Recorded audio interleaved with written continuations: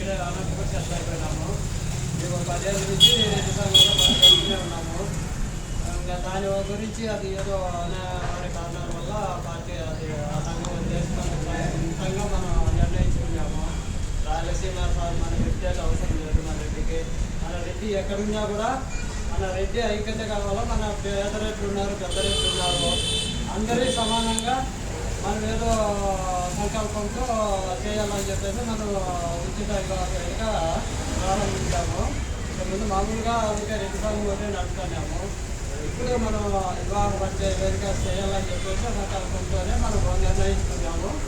అందుకు మా కమిటీ సభ్యులతో అంతా సెట్ అయ్యి ఎవరితోనూ ₹1 కూడా వసూలు చేయకూడదు, అడగకూడదు కూడా అని చెప్పేసి మనం నిర్ణయించుకొని ఈ కార్యక్రమం మొదలు పెట్టాము. కనీసం అంటే 5 అయ్యి కొంతమంది చెప్పడం లేదు. ఇంకా చెప్పితే ఎక్కువ అయినాయి, వాళ్ళు చెప్పడం లేదు. మనకు రెస్పాన్స్ వల్ల మొదలు పెడతాము. 5 ఏళ్ళు అంతవరకు 5 అయిపోయింది.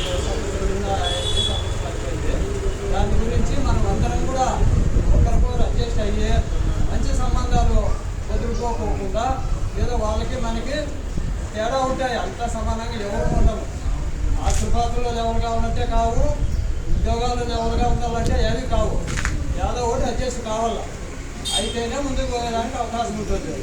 అందుకని చెప్పేసి మనం ఈ వేదిక నుండి అందరికీ నమస్కారం చేసి చెప్తున్నాము. అంతా ఎవరు కూడా ఒకరికొకరు అడ్జస్ట్ అయ్యి దాన్ని మంచి చెడ్డ చూసుకోండి. దానికి చేయాలని చెప్పాలి. వాళ్ళ గుణగానాలు వాళ్ళ ఫ్యామిలీల గురించి ముందు నుంచి చూసుకొని ముందుకు పోవాలని చెప్తున్నాం. ఎందుకంటే ప్యాకేజ్ తక్కువ ఉంటే ఆస్తి ఉండదు, ఎక్కువ ఉంటే ఆస్తి ఎక్కువ ఉంటే ప్యాకేజ్ ఉండదు. దాన్ని ఫాలో కాకుండా వాళ్ళు మంచి చెడ్డ వాళ్ళు బతుకుతారు బాగుంటే చాలు అనే దానికి ముందుకు పోవాలి. అంతేగాని మనం లెవెల్గా మన లెవెల్కి వాళ్ళు ఉండాలంటే ఎవరితోనూ కాదు. అందుకని అందరూ అడ్జస్ట్ అయ్యి ఏదో కొద్దిగా అడ్జస్ట్ అయితే అంతా ముందుకు పోయడానికి అవకాశం ఉంటుంది. వాళ్ళ అదృష్టం కొద్ది వాళ్ళు ఏదో ముందుకు పోతారు. అంతేగాని మనం ఇప్పుడే కావాలంటే కూడా రాజులు కింకర్లు అయినారు, కింకర్లు రాజులు అయినారు, అందరికీ తెలుసు. దాన్ని ఆలోచన చేసుకొని మనం కూడా ఏదో ముందుకు నడచాలని చెప్పేసి మా అభిప్రాయం. ఇంతవరకు సెలవు తీసుకుంటున్నాం.